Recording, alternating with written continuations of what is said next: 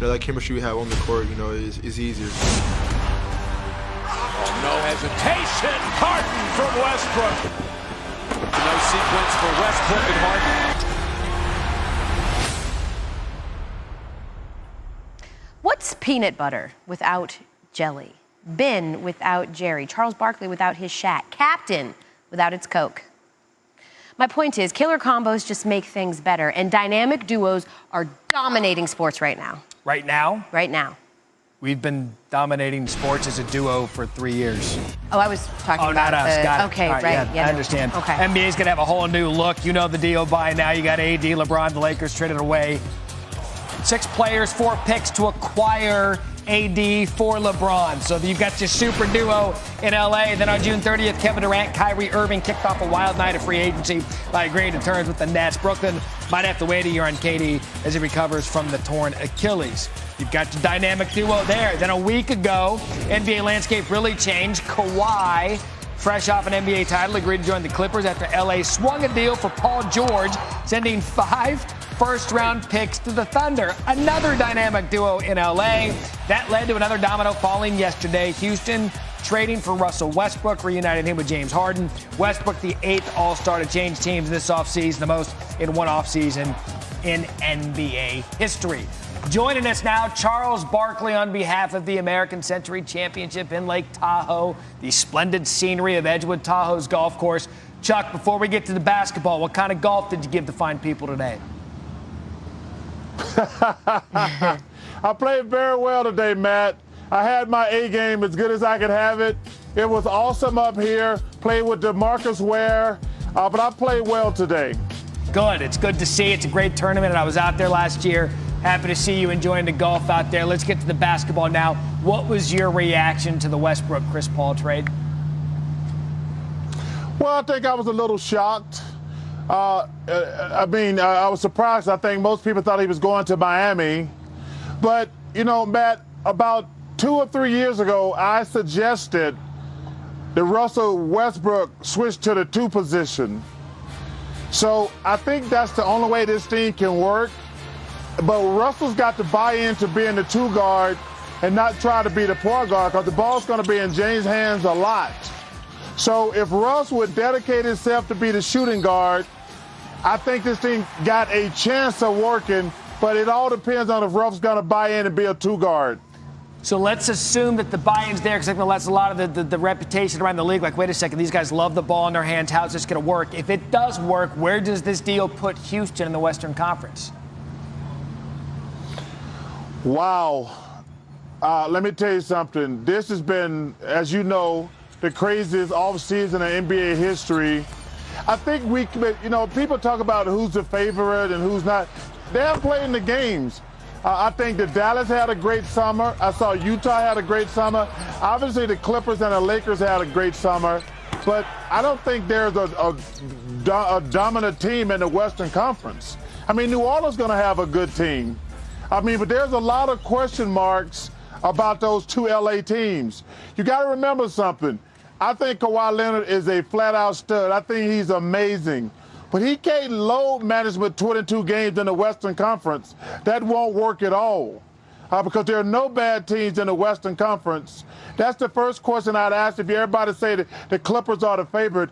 Is Kawhi Leonard going to miss 22 games? That will not work in the Western Conference.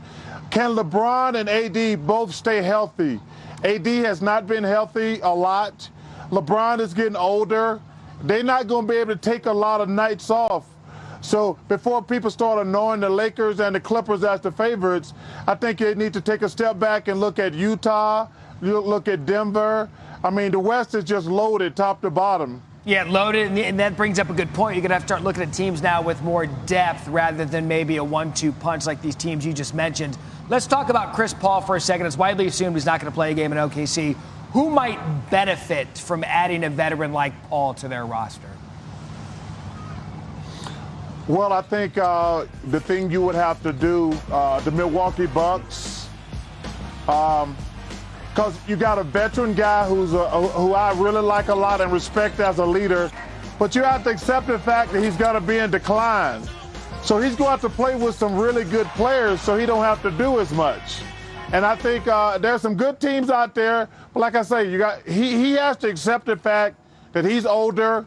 He can't play like he did 5-7 years ago. But he's going to have to play with a really talented team. Because anytime you're a superstar, when you get older, you have to make sacrifice and realize you can't do the stuff that you used to do. Hey, Chris is a smart guy. He's a great player. But he's going to have to be in the right situation with a bunch of very talented players. Because I think he's a great leader personally. So someone could be getting a veteran leader in Chris Paul. And I want to go to the duos for a second. 1993 video game NBA Jam. I was born and raised in Scottsdale, Arizona, so I always played with you and Dan Marley. You guys were the duo, the 2-on-2 team.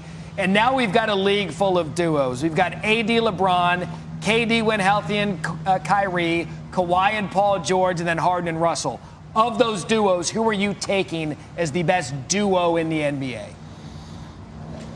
Wow, that's a great question.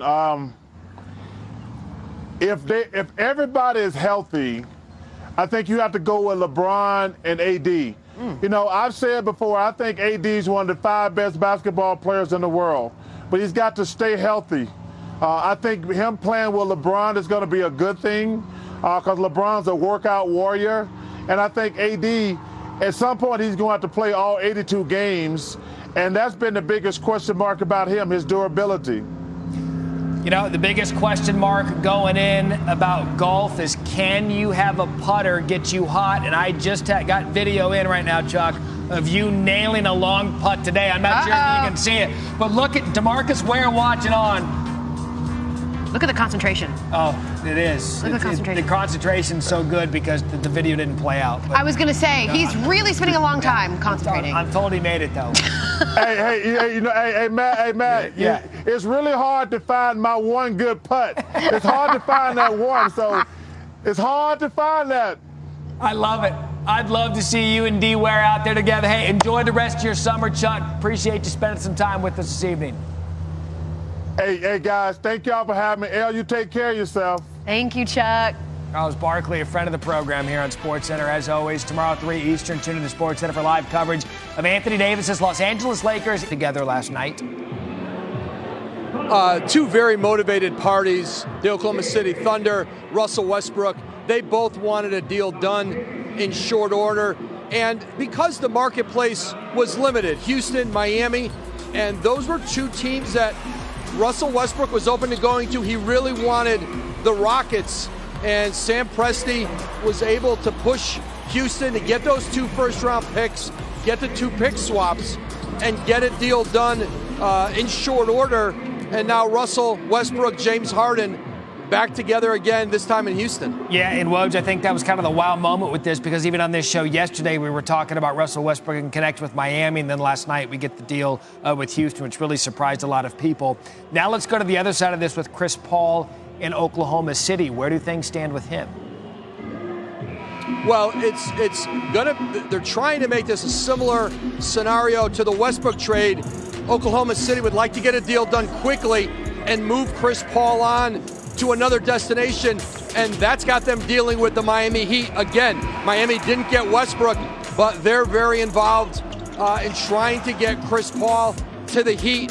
They'd like to find a pathway to a deal here. There are not a lot of combinations among that roster and salaries to be really creative with a deal. It's pretty clear, I think, to both sides of where some of the deal points are, and there's some hope that they can find a way to get Chris Paul into a Miami uniform sooner than later. He has no interest in playing a season in Oklahoma City. They don't.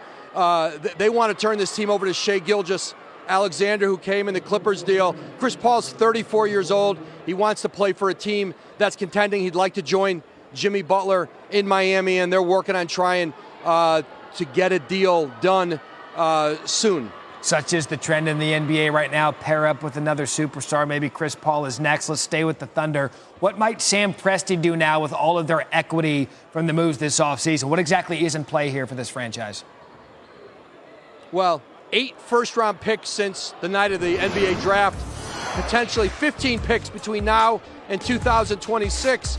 And they have other players on the roster, veteran players that maybe not in the offseason, but at the trade deadline, Danilo Gallinari, a Steven Adams, who are going to have value around the league and potentially could bring back more assets for a Thunder team that is endeavoring on a rebuild, unlike we've seen in terms of a collection of assets in this modern era of the NBA. Woj, I know it's 3:05 out there in the Vegas, so feel free if the Chris Paul thing comes down, do it between 3 and 4 p.m. Vegas time. We'd be happy to have that news here on SportsCenter. Adrian Wojnarowski with us out there in the desert. Rockets have now the 4th best odds to win it all following the Westbrook acquisition. The balance of power resides in that Western Conference as 5 of the 7 title favorites are from the West. The Lakers still the favorites, but the Clippers and Bucks are close behind. You just saw Stephen A. Smith guest hosting on PTI, and he joins us now here on SportsCenter. Stephen A., I'm going to ask you to give some thoughts and a bit of a dual approach. First, I want you to tell me how Westbrook and Harden Part 2 could be successful. Well, I think they could be successful because both are formidable offensively. They're capable of giving each other's minutes off, nights off, while being on the same court with one another. They're just that lethal offensively. Clearly, Westbrook has struggled in terms of shooting from three-point range, just 29% over the last couple of years, not to mention 60